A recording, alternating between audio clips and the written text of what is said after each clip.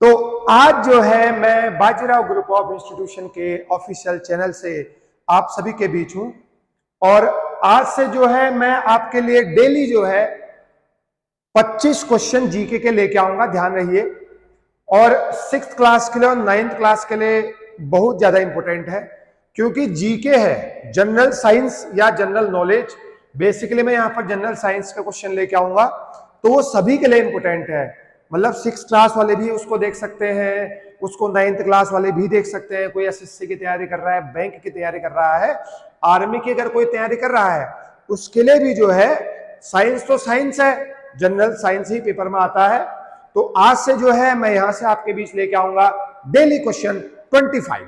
चलिए स्टार्ट करते हैं फ्रॉम क्वेश्चन नंबर 1। अच्छा, सबसे पहले आप इसको पढ़ लीजिए, आपको सिर्फ आधे मिनट का टाइम है। The study of flower is known as, comment करके बता दो कितना होगा। अच्छा, पहला दिया है फ्रेनोलॉजी, दूसरा दिया है एंथोलॉजी, पहले आप पढ़ना भी सीख लीजिए, तीसरा है एग्रोस्टोलॉजी और चौथा है पेलियोनोलॉजी। अगर हम बात करें फ्रेनोलॉजी, देखो ब्रेन से रिलेटेड स्टडी यहां पर हम अगर करेंगे तो ब्रेन के फंक्शन से रिलेटेड हम यहां पर स्टडी करने वाले हैं, तो उसको बोलते हैं फ्रेनोलॉजी। अगर हम बात करें एग्रोस्टोलॉजी, ग्रास के बारे में, इसके फंक्शन के बारे में स्टडी हम करेंगे तो एग्रोस्टोलॉजी आएगा। अगर हम बात करें पोलन ट्यूब्स की, पोलन सेक की, फ्लावर में जो पोलन ग्रेन्स होते हैं, अब उनके बारे में अगर डिटेल स्टडी करें तो पेलियोनोलॉजी के अंदर आएगा। समझ में आ गया? तो एक ही ऑप्शन बच गया मेरे प्यारे बच्चों। तो हम आपको बता दें, आपको डायरेक्ट ही जो है आंसर याद करना है, फ्लावर की स्टडी को बोलेंगे एंथोलॉजी। बात समझ में आ गई? चलिए क्वेश्चन नंबर 2 चलते हैं। The pH of the human blood is, यहां पर ऑफलाइन क्लास में मैंने डिस्कस कर चुका हूं कि जो ह्यूमन का ब्लड होता है वो स्लाइटली बेसिक होता है, बेसिक। तो अगर हम बात करें इसमें से स्लाइटली बेसिक, तो 7.4 जो है वो जो है ह्यूमन ब्लड का पीएच होगा। तो 6.6 तो एसिडिक हो गया है नहीं है, और 7.8, हालांकि 7 न्यूट्रल होता है हमारा और 7 से ऊपर सारा बेस होता है, ठीक है। तो 7.4 जो डेटा है वो आपको साइंस देती है, तो कि बहुत ज्यादा इंपॉर्टेंट है। अगर हम बात करें हीमोग्लोबिन, अगर कोई आपसे पूछे हीमोग्लोबिन क्या है, एक प्रोटीन है, एक कार्बोहाइड्रेट है, एक फैट है, एक विटामिन है, तो तुम बताओ ये कहलाएगा एक प्रोटीन। क्या कहलाएगा? प्रोटीन कहलाएगा। हीमोग्लोबिन क्या है? एक प्रोटीन है। याद रखिए।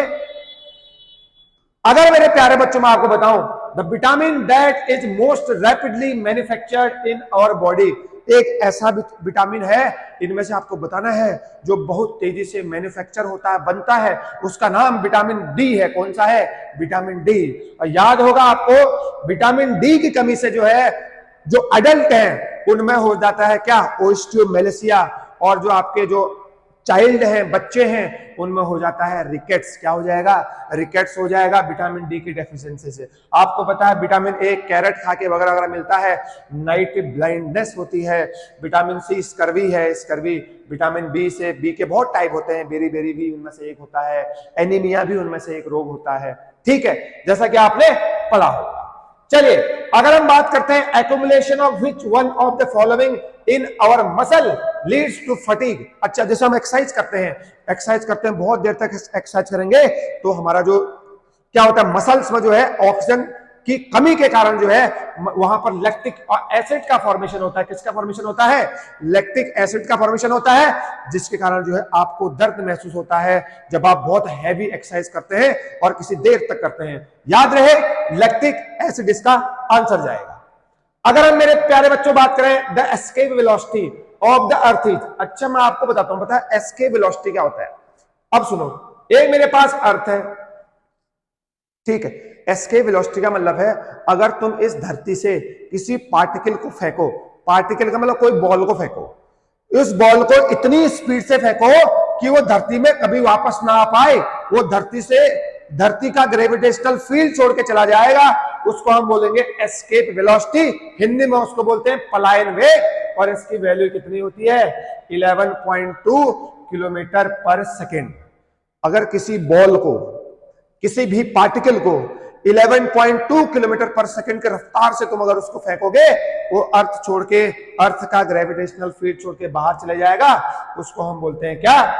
Escape velocity. बहुत बढ़िया। अगर हम बात करें क्वेश्चन नंबर 7 की, आप पढ़ सकते हैं और कमेंट में आंसर भी दे सकते हैं। विच one of the following pair is not correctly matched? अच्छा सर, एनीमोमीटर। एनीमोमीटर मतलब विंड स्पीड नापता है, बिल्कुल सही है। एमीटर सर इलेक्ट्रिक करंट को नापता है, बिल्कुल सही है। देखो आपको जो एक्स्ट्रा वाला भी याद करना है, नॉट पूछ रहा है जो करेक्टली मैच नहीं है।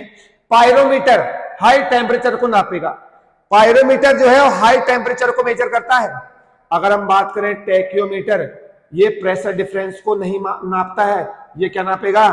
रैपिड मेजरमेंट, वे बहुत तेजी से मेजरमेंट करता है, उस चीज को नापता है टैक्योमीटर। समझ में आ गया नहीं आ गया? तो इसका तीसरा ऑप्शन जाएगा जो कि गलत लिखा है। बाकी ये तीनों सही है, इनको आपको याद करने। एमीटर करंट नापता है, एनीमोमीटर एयर से रिलेटेड है, विंड से रिलेटेड है, और पायरोमीटर क्या नापेगा? हाई टेम्परेचर को मेजर करता है, जिसको आपको याद करना है। The number of chamber in human heart, आपको पता है कितने चैम्बर होते हैं? 4 चैम्बर होते हैं, 2 ऑरिकल होते हैं और 2 वेंट्रिकल होते हैं। आपको पता होना चाहिए। और मैंने ये भी बता रखा है, ह्यूमन हार्ट से एक बार में, एक सर्कुलेशन में 2 बार ब्लड जाता है। राइट साइड जो है वो इम्प्योर ब्लड फ्लो होगा और लेफ्ट साइड जो है वो प्योर ब्लड फ्लो होता है। आपको पता भी होना चाहिए। अच्छा, तो मुझे कमेंट करके बताओ कि राइट साइड इम्प्योर ब्लड कहां से आएगा? बॉडी पार्ट से आता है। और बताओ कि लेफ्ट साइड जो है प्योर ब्लड जाएगा तो कहां से जाएगा? कमेंट करके बताओ, मुझे पता चल जाएगा कौन बच्चे पढ़ रहे हैं। Athlete foot is a disease caused by, अच्छा इनमें से कौन सा ऐसा है कि जो एथलीट होते हैं ना, है नहीं, वो क्योंकि रनिंग वनिंग बहुत करते हैं, वो कहीं भी चले जाते हैं, तो इनमें से किसकी वजह से जो है उनके पैरों में जो है एथलीट फुट नाम की डिजीज होती है? किन की वजह से होता है? मैं इसका आंसर बता देता हूं, दैट इज फंगस। लेकिन आपको कमेंट करके बताना है। बैक्टीरिया से 2 डिजीज बताइए, प्रोटोजोआ से 2 डिजीज बताओ, और निमेटोड से 2 डिजीज जो है आपको कमेंट में लिख के बताने हैं। चेक करूंगा मैं। अगला, the major component of the honey bee. अच्छा, आपने सुना है हनी बी? हनी बी, अच्छा हनी बी का मेजर कंपोनेंट क्या होगा? क्या ग्लूकोज होगा, क्या माल्टोज होगा, क्या सुक्रोज होगा, क्या फ्रक्टोज होगा? हनी बी में क्या होता है मेरे प्यारे बच्चों? फ्रक्टोज होता है। क्या होता है? फ्रक्टोज हनी बी का मेन कंपोनेंट है। इसको आपको याद करना है। ग्लूकोज प्लांट का फूड मटेरियल है, जिसको भी आपको याद करना है। फोटोसिंथेसिस के बाद जो है प्लांट जो है अपना खाना बनाते हैं। प्लांट का खाना जो होता है ग्लूकोज कहलाता है। क्या कहलाता है? ग्लूकोज कहलाता है। चलिए, the velocity of sound is minimum in, अब मुझे बताओ इन तीनों में से जो है किन में से साउंड की वेलोसिटी जो है मिनिमम होगी? बताओ, जल्दी से बताओ। क्या वैक्यूम में होगी, क्या वाटर में होगा, क्या एयर में होगा, क्या आयरन में होगा? अब मैं एक चीज बताता हूं, एयर को ट्रांसमिशन के लिए मीडियम की जरूरत होती है, मीडियम पार्टिकल की जरूरत होती है। सॉलिड में सबसे तेज फ्लो होता है साउंड। अब मुझे बताओ, वैक्यूम में तो कोई पार्टिकल ही नहीं है ना, वैक्यूम में तो कोई एयर पार्टिकल ही प्रेजेंट नहीं है। वाटर में वाटर मॉलिक्यूल्स हैं, एयर में एयर के पार्टिकल्स हैं, आयरन में सॉलिड बहुत सारे कॉन्स्टिट्यूएंट पार्टिकल्स हैं। तो वैक्यूम में वेलोसिटी ऑफ साउंड जो है सबसे कम जाएगी, जाएगी ही नहीं, नेग्लिजिबल के बराबर है। समझ में आया नहीं आया? चलिए, अगर हम बात करें क्वेश्चन नंबर 12 की, how many bones are present in human ear? अगर हम ह्यूमन ईयर की बात करें, कितने बोन्स होंगे? 6 बोन होते हैं, 3 यहां पर होंगे और 3 लेफ्ट वाले में होंगे। आपको पता कौन कौन से होते हैं? MIS, मिस, 3 बोन है मिस, मतलब मेलियस, इनकस और स्टेप्स। अगर हम बात करें मेलियस की, फिर आई से इनकस और एस से स्टेप्स, ये हमारे जो है एक कान में 3 बोन हो गए, दूसरे कान में 3 हो गए, टोटल कितने हो गए मेरे प्यारे बच्चों? 6। ठीक है। और स्टेप्स आपको पता है बॉडी का सबसे छोटा बोन है। और कमेंट करके बताओ सबसे लार्जेस्ट और हार्डेस्ट बोन कौन सी है? अगला क्वेश्चन है, एक सैटेलाइट है। बेटा सैटेलाइट क्या होता है? जो अर्थ के चारों ओर जो है फिक्स ऑर्बिट में चक्कर लगाते हैं, वो अर्थ से बहुत दूर भी हो सकते हैं, वो अर्थ के बहुत पास भी हो सकते हैं। इनको हम सैटेलाइट बोलते हैं। ये पोलर सैटेलाइट भी होते हैं, ये जियो स्टेशनरी सैटेलाइट भी होते हैं। बताइए, एक सैटेलाइट है जो कि अर्थ के चारों ओर अपने फिक्स ऑर्बिट में घूम रहा है, कुछ फोर्स जो है रिस्पॉन्सिबल होते हैं, इसको बोलते हैं सेंट्रीपिटल फोर्स। क्या बोलते हैं? सेंट्रीपिटल फोर्स, जो हमेशा अर्थ के सेंटर की तरफ लगता है, towards the centre of the earth, ताकि उसको जो है गोल गोल घुमाने में हेल्प करेगा। सेंट्रीपिटल फोर्स ही एक ऐसा फोर्स है जो सैटेलाइट को अर्थ के चारों ओर घुमा रहा है। इसको आपको याद करना है। चलिए अगला हम बात करें the time period of a pendulum. आपके घरों में अगर घड़ी लगी है तो उसमें अगर पेंडुलम अगर लगा है तो वो कुछ इस तरीके से घूमता है ना, इस तरीके से। जो इसका टाइम पीरियड होता है वो किस पे डिपेंड करता है? लेंथ में डिपेंड करता है। किस में डिपेंड करता है? लेंथ पे। ना ही वो मास पे डिपेंड करता है, ना ही वो टाइम पे डिपेंड करता है, ना ही वो टेम्परेचर पे डिपेंड करता है। सिर्फ और सिर्फ लेंथ पे डिपेंड करता है और acceleration due to gravity small g पे डिपेंड करता है। समझ में आया नहीं आया? अच्छा, what is acceleration due to gravity? जैसे मैं इसको फेंकूंगा नीचे को, देखो अपने आप नीचे को आ रहा है, छोड़ दो इसको, अपने आप नीचे को आ रहा है, अर्थ इसको अपनी तरफ खींच रही है due to force of gravity. क्या? Due to force of gravity. समझ में आया नहीं आया? तो ग्रेविटी लग रही है नीचे को, स्मॉल जी बोलते हैं उसको। क्या बोलते हैं? Small g. तो time period of pendulum small g पे डिपेंड करता है और लेंथ पे डिपेंड करेगा। समझ में आ गया? अगर मेरे प्यारे बच्चों, the weight of our body is mostly made up of, झट से आंसर बताओ, क्या बोन के कारण हमारा वेट होता है? सर बिल्कुल नहीं। क्या बॉडी पार्ट्स के कारण हमारा वेट है? बिल्कुल नहीं। आपको पता है हमारे बॉडी में मैक्सिमम वाटर है, तो वाटर की वजह से जो है हमारा बॉडी वेट जो है वो डिसाइड होता है। समझ में आया? मजा आ रहा है? कमेंट करो, कोई डाउट हो तो अब भी कमेंट करो। अगर हम बात करें 16 क्वेश्चन में, Which one of the following organ is affected by malaria? इनमें से अच्छा, इनमें से कौन सा एक ऑर्गन है जो कि क्या मलेरिया उसको क्या करता है? अफेक्ट करता है। ना हार्ट को करेगा, ना लंग्स को करेगा, ना किडनी को करेगा। किसको करेगा? स्प्लीन को करता है। किसको करता है? स्प्लीन को। पता है स्प्लीन जो है, व्हाट इज स्प्लीन? स्प्लीन जो है वो ग्रेवियार्ड ऑफ आरबीसी है। आरबीसी मर के जहां जाते हैं उसको हम स्प्लीन बोलते हैं। क्या बोलते हैं? स्प्लीन। तो मलेरिया जो है, अगर किसी को डेंगू मलेरिया हो गया, ना ही लंग्स खराब, नहीं उसको किडनी को इफेक्ट पड़ता है, ना लंग्स को, ना हार्ट को, सिर्फ और सिर्फ किसको इफेक्ट पड़ेगा? स्प्लीन को पड़ता है। इसको आपको याद करना है, बहुत इंपॉर्टेंट चीज है। ठीक है। Which are the following substance is used for artificial rain? आपने सुना होगा, बड़े बड़े साइंटिस्ट लोग हैं, बड़े बड़े जो इंजीनियरिंग कॉलेज के लोग हैं, वो आर्टिफिशियल रेन करा देते हैं। उनमें एक यूज होता है जिसको नाम बोलते हैं सिल्वर ब्रोमाइड। क्या बोलते हैं? आयोडाइड। क्या बोलते हैं? Silver iodide, silver bromide. Photography में यूज होता है। फोटोग्राफी में किसका यूज होता है? Silver bromide. ठीक है। तो आर्टिफिशियल रेन की बात करेंगे तो सिल्वर आयोडाइड। समझ में आया?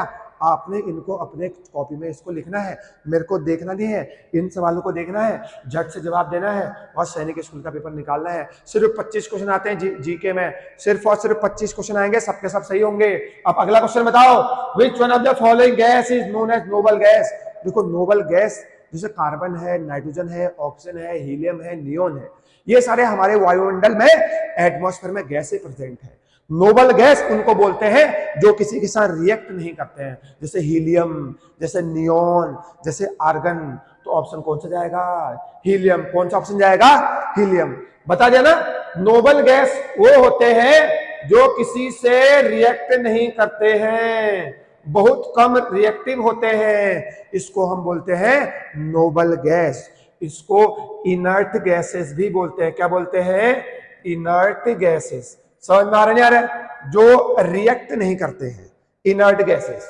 अगला, ELISA test is performed to test. एक टेस्ट जैसे विडाल टेस्ट है, टाइफॉइड के लिए होता है विडाल टेस्ट, याद कर लो, है नहीं? ग्लूकोज स्क्रीनिंग टेस्ट, डायबिटीज है नहीं, डायबिटीज है ना, तो ग्लूकोज बढ़ गया होगा, ग्लूकोज का amount. TB skin test, tuberculosis को टीबी भी बोलते हैं, इसमें बहुत खांसी होती है, लंग्स खराब हो जाते हैं। अगर हम एड्स की बात करेंगे, एड्स जो होता है, एड्स में हम कौन सा टेस्ट करते हैं मेरे प्यारे बच्चों? एलिसा टेस्ट करते हैं। किसी को कोई डाउट हो तो कमेंट में कर सकता है। आगे अगर हम बात करें, which of the following device is used for converting alternating current into direct current? एक मेरे प्यारे बच्चों रेक्टिफायर होता है। क्या होता है? रेक्टिफायर एक ऐसी चीज है जिसको हम अल्टरनेटिंग करंट को किस में बदल सकते हैं? डायरेक्ट करंट में बदल सकते हैं। आपने सुना होगा, ये जो हमारे घरों में गुजर रही है ना, बाहर से जो लाइट आ रही है, वो अल्टरनेटिंग करंट है। जो इन्वर्टर के बैटरी के अंदर जा रहा है उसको डायरेक्ट करंट बोलते हैं। जो मोबाइल के बैटरी के अंदर है वो डायरेक्ट करंट है। डायरेक्ट करंट को स्टोर कर सकते हैं, ठीक है। एसी को डीसी में बदल सकते हैं। आपने चार्जर फिट किया, मोबाइल में करंट चार्ज स्टोर किया, तो वही एसी को आपने अपने मोबाइल में स्टोर किया है, वो डीसी बन गया। क्या बन गया? डीसी। और डीसी बहुत खतरनाक होता है, एसी से ज्यादा डीसी हार्मफुल है। बात समझ में है मेरे प्यारे बच्चों? अगर हम बात करेंगे 22 क्वेश्चन की, which chemical name of the chemical name of baking soda? नाम सुना ही होगा बेकिंग सोडा, इसका केमिकल नेम है sodium bicarbonate. Baking soda बिकिंग powder बनाते हैं। बेकिंग सोडा हम कहाँ यूज करते हैं? जैसे ब्रेड इंडस्ट्री में हम इसका यूज करते हैं बेकिंग सोडा का, है नहीं है? जैसे हम मैदे में चीजें कुछ बनाते हैं, उसको फुलाने के काम आता है बेकिंग सोडा। तो केमिकल नेम क्या हो गया? Chemical name of baking soda क्या हो गया? सोडियम बाइकार्बोनेट हो गया। इसको आपको याद करना है। अगर हम बात करें, the sky appears blue due to, हमारे जो आसमान है वो नीला क्यों दिखाई देता है? स्कैटरिंग ऑफ लाइट के कारण। क्या होता है? स्कैटरिंग ऑफ लाइट के कारण। अच्छा, डिफ्रैक्शन क्या होता है? मान लीजिए एक छोटा सा आपके पास होल है, उस होल से अंदर लाइट आ गई और अंदर आके लाइट इस तरीके से जो है आपके अंदर आती है, तो इसको हम बोलते हैं डिफ्रैक्शन, है नहीं है? रिफ्रैक्शन क्या हुआ? जब कोई लाइट रे एक मीडियम से दूसरे मीडियम में जाती है तो वो डेविएट हो जाती है। अगर मान लीजिए रिफ्लेक्शन की बात करेंगे, अगर लाइट रे गिर गया उसी मीडियम में वापस आता है, उसको रिफ्लेक्शन बोलते हैं। Reflection, bounce back of light. जैसे तुमने एक बॉल वापस फेंका दीवार में, तुम्हारे पास आ गया, रिफ्लेक्शन हो गया। क्या हो गया है? रिफ्लेक्शन। शानदार, जानदार, समझ में आ रहा होगा। क्वेश्चन नंबर 23 की बात करें, विच one of the following is not a plant product? इनमें से कौन सा ऐसा है जो प्लांट नहीं बनाता है?